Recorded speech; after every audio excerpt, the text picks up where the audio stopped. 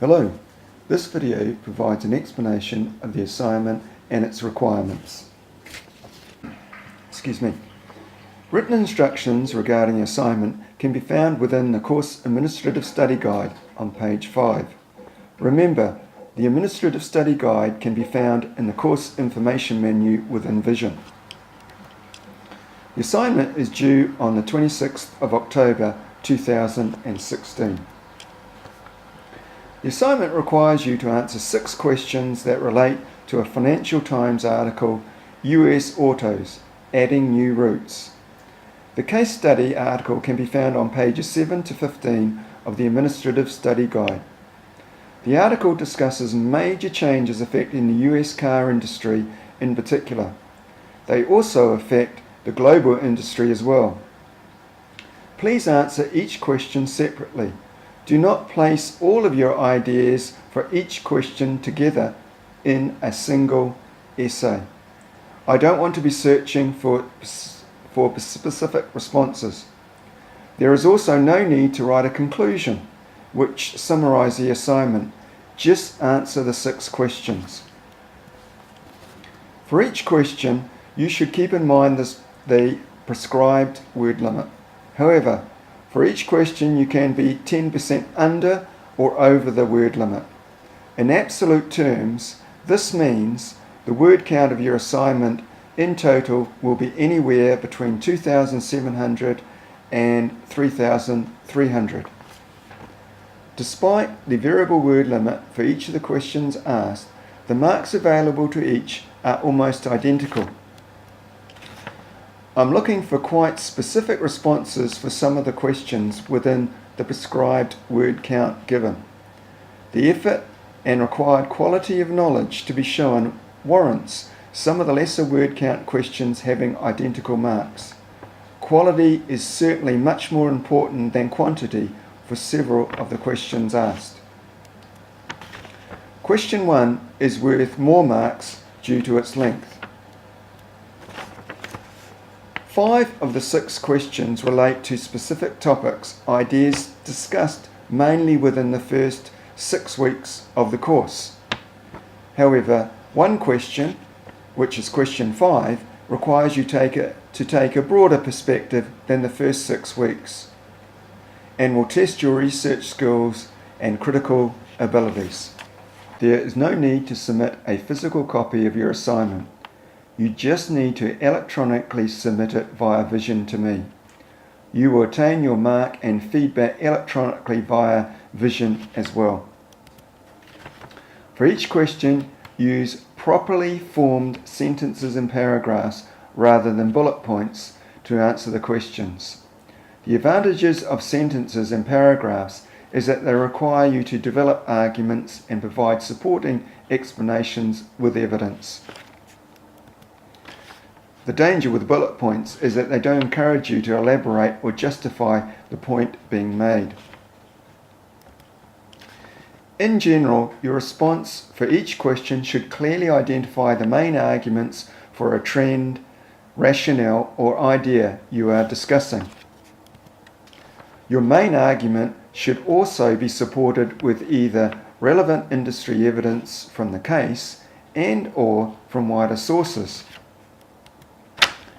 It would also be important to support your arguments with their key academic principle, concept, or theory. It goes without saying that acknowledging the authors who created the principle, concept, theory is very important as well. In addition, you can discuss alternative arguments if you think they are applicable. You would need to critically assess why you choose one argument over another. I would view this level of critical analysis very favourably if it is relevant. You can discuss your own ideas as long as they are relevant. However, please don't just offer opinion without supporting it with some evidence from either industry, academic sources. Remember, what you decide to emphasise through your discussion and evidence is also a means of expressing your own ideas about a subject. Other students will possibly express different ideas using the same or different evidence to make contrasting points. Students often ask whether they need to acknowledge either the academic and industry literature, and the answer is always yes. Despite the course's practical focus, it is important to be able to relate theory and practice together. You'll probably think this is far-fetched, but theory is very useful and more relevant than you think. You'll be pleased to discover that many of the concepts and frameworks discussed in this course are regularly employed by large firms in particular.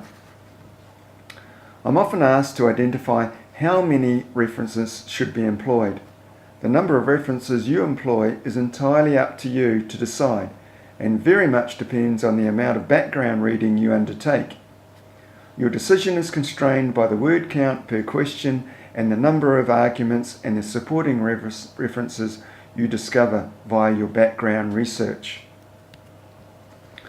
My expectation is that a number of academic references should be employed per each question.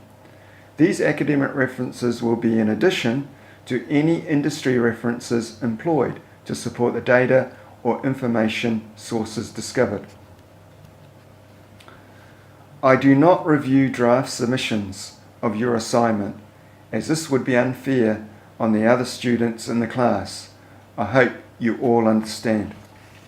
The referencing format style you should employ is Harvard referencing. If you are unfamiliar with this style and format, I have provided a University Harvard referencing guide for your information, which is located in the assignment menu within Vision, i.e. next to this video.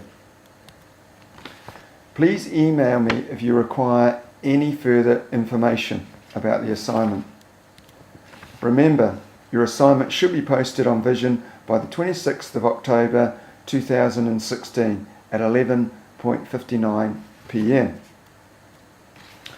At the end of this presentation is a video clip outlining the activities of Tesla, a key player in the development of alternative energy sources in the car industry.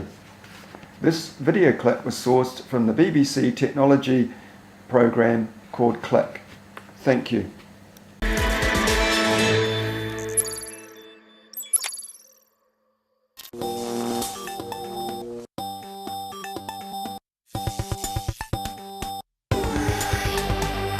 Imagine a world where your car runs on electricity and it drives itself.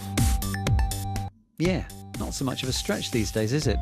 Batteries are getting better and cars are getting smarter. The two biggest revolutions in transport are electrification and autonomy.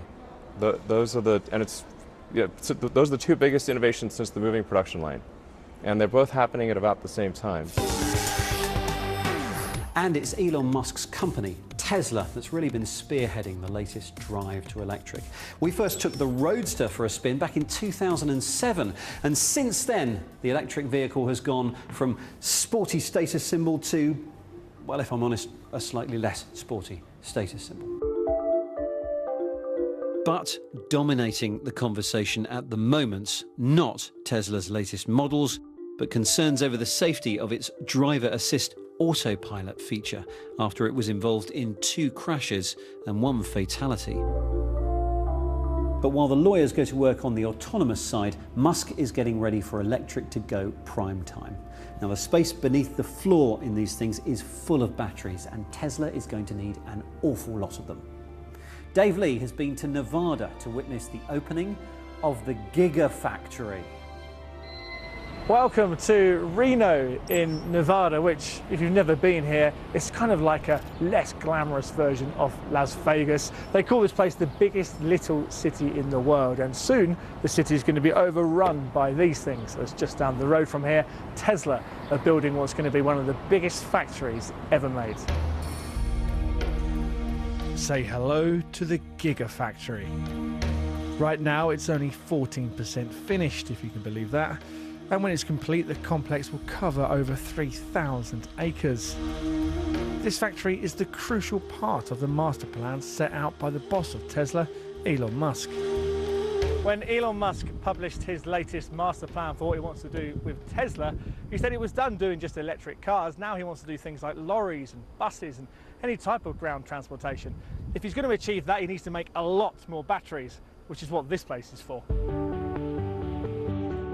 In total, the plant is expected to cost around $5 billion to build. We were given a sneak peek of some of what was inside, although most of the factory was sadly off limits to our cameras. The plan here is to basically speed things up a bit. Right now, Tesla has to ship battery cells across the ocean from Asia. This takes a long time and is very expensive, and so they want to make battery cells right here instead. They've promised that by 2018 they'll be able to produce enough batteries for 500,000 cars each year. And it won't just be car batteries either. Tesla's home and business energy storage units will also be put together here. Welcome to the Gigafactory. I believe we are on track to meet the 500,000 in 2018. Basically, obviously, long term, it's going to make sense to have a Gigafactory in Europe and one in China, probably one in India. Very big plans, although he may want to concentrate on finishing this factory first. Tesla has missed a lot of deadlines in the past, and I wouldn't be surprised if some things slipped. But ultimately, I went to the Tesla Fremont factory before that opened, and it was kind of a ghost yard there too. But they've done some amazing things there. I think they'll do some amazing things here too. Not everything is going smoothly, however. Oh, there he goes. Wow. Wow. Do you have any regrets about how Tesla rolled out autopilot in the cars? No, I think we did the right thing, and I think we have the internal data to know that we improved people's safety, not just in fatalities but also in injuries. It's pretty fair to say that only Elon Musk could pull off something like the Gigafactory, and of all the things he's working on, it's surely this project that will make or break him.